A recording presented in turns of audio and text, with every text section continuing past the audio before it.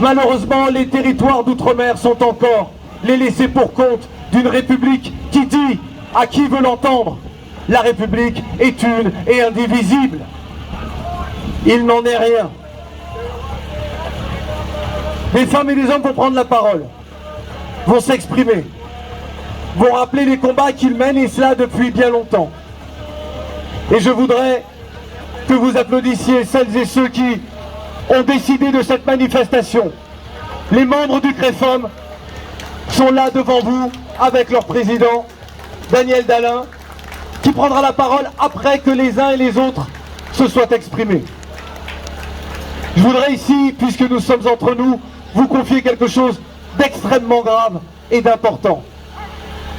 Lorsque nous avons annoncé cette manifestation, il y a eu toute forme d'intimidation. Il y a eu toute forme de pression sur des membres du CREFOM, mais également sur des responsables d'associations et d'organisations. Nous voulons dire aux uns et aux autres que face aux inégalités de traitement, aux discriminations, nous n'avons peur d'aucune intimidation, d'où qu'elles viennent. Et vous le constaterez tout à l'heure à travers la parole, là encore, des uns et des autres. Aujourd'hui, le CREFOM a décidé d'être autre chose, de prendre son envol et surtout, désormais, de porter la voix de chaque individu, de chaque originaire d'outre-mer qui, dans sa chair, dans son territoire, estime être discriminé. Je veux d'abord saluer les populations des territoires et celles de Paris, les habitants et les populations de la Guadeloupe, de la Guyane, de la Martinique, de la Réunion, de Mayotte, de la Nouvelle-Calédonie-Kanaki, de la Polynésie française, de Saint-Barthélemy, de Saint-Martin, de Wallis-et-Futuna, de Saint-Pierre-et-Miquelon et des terres australes, soit 2,6 millions d'habitants dans les territoires. Notre rassemblement n'est pas un manifeste anti-blanc, car les afro-descendants gardent en mémoire l'intervention des habitants de Champagné en Haute-Saône pour l'abolition de l'esclavage. Notre présence, place de la nation, c'est pour dire que nous aussi nous faisons nation et que derrière les éloges de l'importance de la biodiversité et des zones économiques exclusives maritimes se cache la pauvreté et la misère sociale et économique qui n'est pas visible dans nos territoires du fait de leur éloignement. Cric! Misty Cric! Misty Crac! Le CREFOM n'avait pas pour habitude et tradition de mener des actions dans l'espace public. Nous y sommes contraints. Et je vais décliner les motifs pour lesquels aujourd'hui nous sommes présents. Le CREFOM a écrit à l'ex-ministre de la fonction publique, Olivier Dussopt, au début de la réforme portant sur les congés bonifiés, avant qu'Édouard Philippe, en partant, ne signe un décret dans la plus grande trahison des traditions de la concertation. Monsieur Dussopt nous a promis la concertation et jusqu'à présent nous l'attendons. Le décret a été adopté sans que les syndicats, les associations et encore pire, le député de la Guyane qui avait demandé de surseoir l'application du décret et de définir les caractéristiques, les intérêts moraux et matériels pour faire bénéficier aux originaires d'outre-mer des congés bonifiés. Tout cela a été banni et ils ont marché dessus. Le CREFOM a écrit au Premier ministre, Édouard Philippe, au moment plus cruel de la pandémie, pour lui dire que les originaires d'outre-mer, tous autant qu'ils sont des gens modestes et qu'il fallait prendre une disposition pour geler les loyers, une disposition qui pouvait aussi répondre au bien-être de tous les Français. Nous n'avons pas eu de réponse. Le CREFOM a écrit aussi au ministre des Finances et de la Relance, Bruno Le Maire, lorsqu'il donne 7 milliards d'euros à Air France pour éviter d'être coulé. Nous disons que ces 7 milliards doivent avoir une contrepartie, c'est-à-dire une tarification des vols transatlantiques à caractère social pour permettre à l'ensemble des compatriotes de revenir dans leur territoire. Pas de réponse. Nous avons aussi interpellé le ministre délégué auprès du ministre de la Transition écologique chargé des Transports, Jean-Baptiste Djebari, d'un courrier. Et le réforme subit toujours les mêmes camouflets. Aucune réponse. Nous avons écrit au président du Conseil supérieur de l'audiovisuel, Roch Olivier Mestre, pour plusieurs motifs. D'abord, pour lui demander que lorsque les émissions de CNews passent, il ne peut pas y avoir du négationnisme sans une réponse historique adaptée et des intellectuels qui puissent faire face aux propos négationnistes d'un individu que je refuse de nommer le nom. Il ne s'agit pas d'avoir une compatriote pour relancer les questionnements. Il faut qu'il y ait véritablement un échange pour que les téléspectateurs puissent avoir un discours à charge, mais aussi un discours à décharge. Toujours pas de réponse.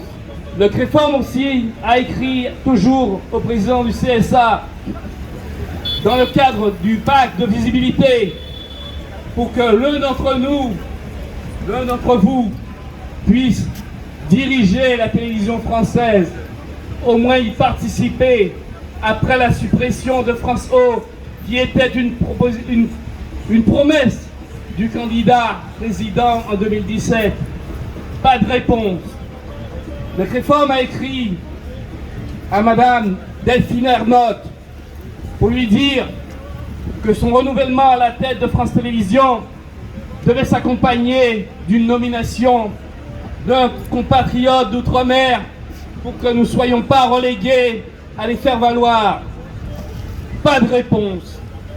Le CREFORM a écrit aux deux ministres d'outre-mer, Madame Annick Girardin et à Monsieur Sébastien Lecornu.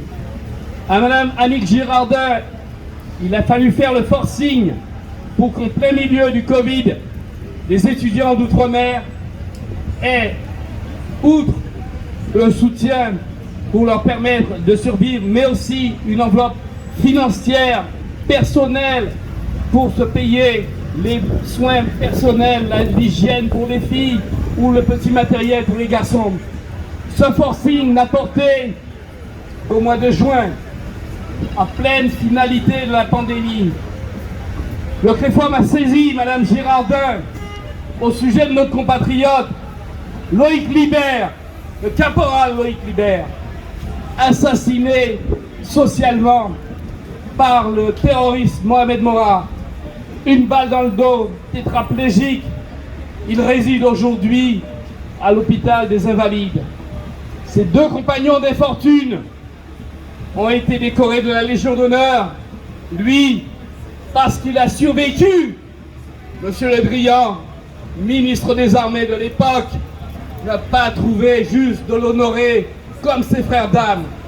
Madame la ministre de l'Outre-mer nous a promis de lui décerner cet honneur. Le président de la République lui a rendu visite. Et aujourd'hui, nous sommes encore dans l'attente. Lui qui résiste et qui respire avec difficulté et qui a gardé son honneur et je dirais sa dignité, attend cette reconnaissance qui pourrait intervenir alors même qu'il pourrait passer à l'au-delà. Le CREFORM aussi a saisi M. Dupond-Moretti qui, lors de sa passation du pouvoir, n'a pas oublié de rappeler ses origines. Il rappelait qu'il était issu d'une famille modeste et que par le travail, il avait accédé aux plus hautes fonctions. Nous l'avons interpellé pour un camarade, le seul ambassadeur d'outre-mer que nous avions, qui a été injustement accusé. Monsieur Dupond-Moretti, à l'époque, était son avocat.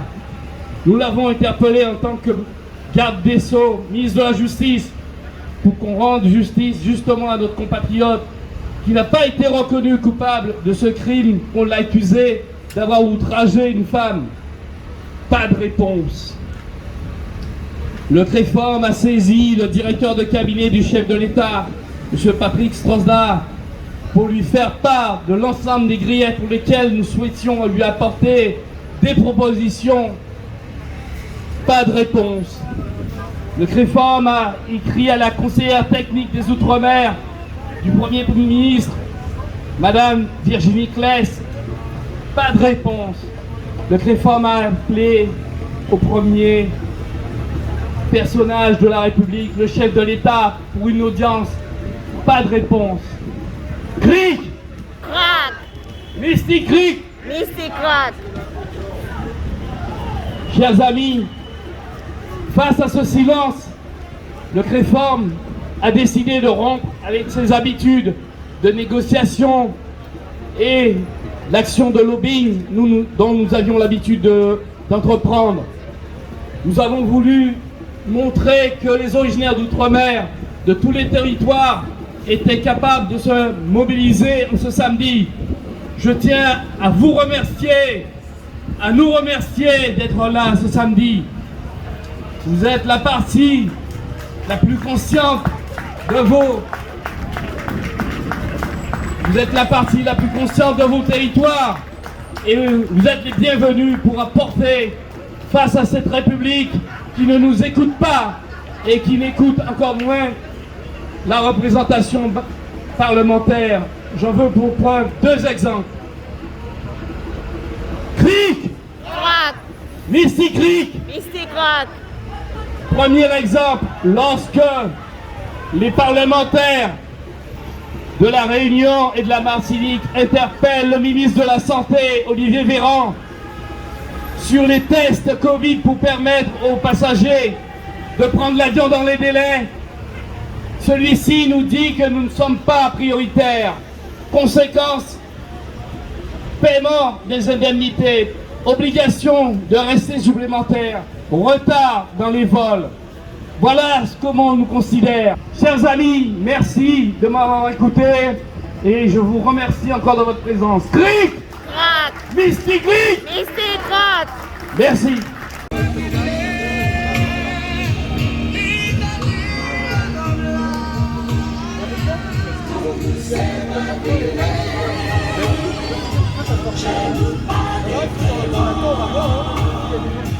On ne fait notre sang,